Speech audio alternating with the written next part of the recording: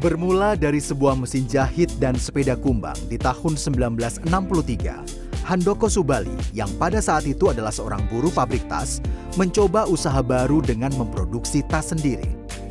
Produk tas pertamanya adalah hasil desain sang istri Elizabeth Halim. Berawal hanya memproduksi 6 hingga 1 lusin tas travel. Walaupun belum bermerek, Handoko dan sang istri Elizabeth menggunakan bahan-bahan berkualitas tinggi untuk tas buatan mereka. Dan awalnya, Elizabeth hanya memproduksi 6 hingga 1 lusin tas travel yang kemudian dijajakan oleh Pak Handoko dengan berkeliling kota Bandung. Pada tahun 63 ya, di mana saya juga belum lahir ya, Ibu Elizabeth tuh memulai bisnisnya bersama Pak Handoko. Bu Elizabeth tuh hanya bisa membuat baju pada saat itu, membuat pola baju saja. Sedangkan Pak Handoko tuh hanya salaryman.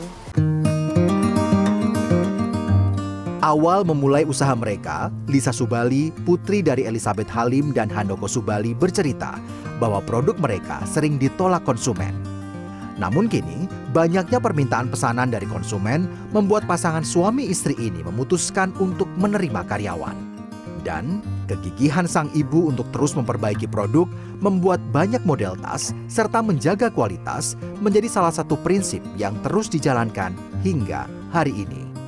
Tapi Ibu Eli tuh nggak pernah merasa kalau sesudah mereka mereject barang kita, menghina barang kita tuh ya sudah saya berhenti, nggak, malah kita harus fight kembali. Ada apa nih? Kita harus usahakan supaya tas ini menjadi lebih bagus. Hal ini juga menjadi acuan untuk terus memperbaiki produk buatan mereka.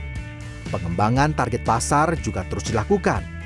Untuk itu, generasi ketiga keluarga telah mulai dilibatkan dalam membuat produk, serta menciptakan strategi marketing yang sesuai dengan perkembangan zaman.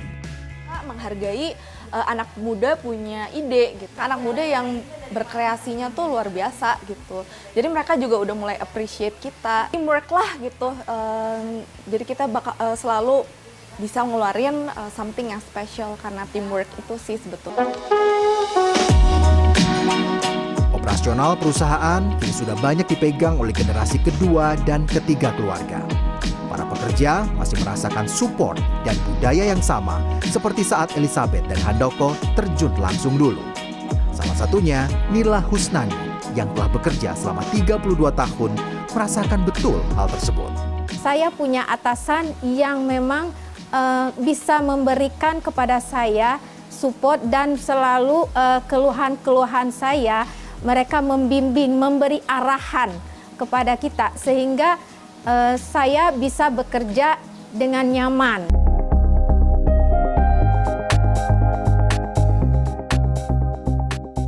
Keberhasilan produk-produk Elizabeth telah mendapatkan banyak apresiasi dari banyak pihak.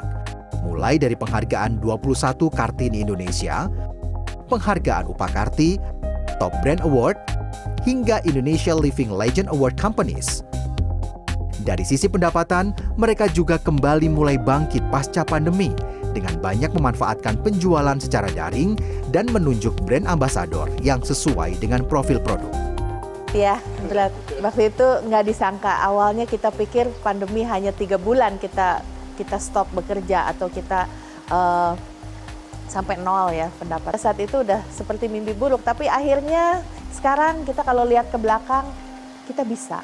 Kita harus bisa, di masa yang tidak bisa pun kita harus yakin bahwa kita tuh bisa. Kini, Elizabeth telah berkembang menjadi berbagai macam kebutuhan fashion, terutama bagi wanita, dan telah tersebar di seluruh kota di Indonesia. Bahkan, telah mampu bersaing dengan brand luar negeri. Tim Liputan CNN Indonesia, Bandung, Jawa Barat.